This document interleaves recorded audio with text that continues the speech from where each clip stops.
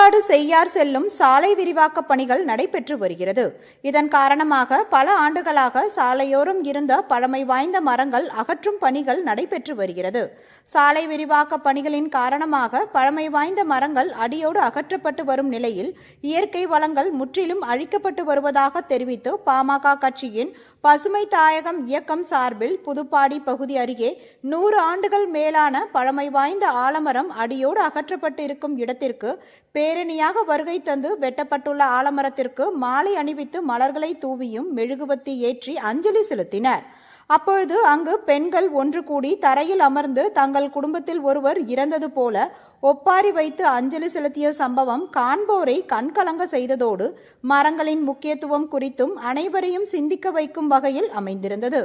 மேலும் சாலை விரிவாக்க பணிகளுக்காக நெடுஞ்சாலைத்துறை மற்றும் தமிழக அரசு மரங்களை அடியோடு சாய்த்து அகற்றும் நிலையில் அம்மரங்களை வேறு இடங்களில் மாற்று நடவு செய்ய வேண்டும் என கோரிக்கையை முன்வைத்துள்ளனர்.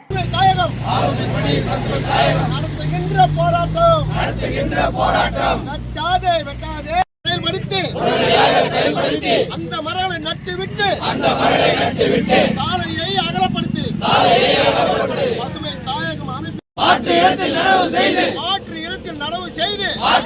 நடவு செய்து சாலையை விரிவுபடுத்தி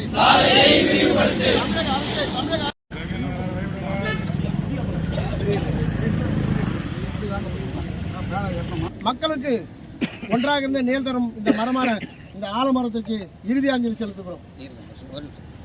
பசுமை தாயகம் சார்பாக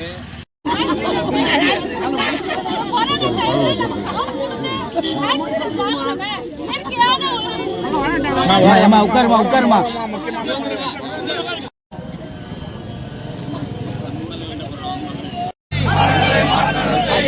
அழிக்காதே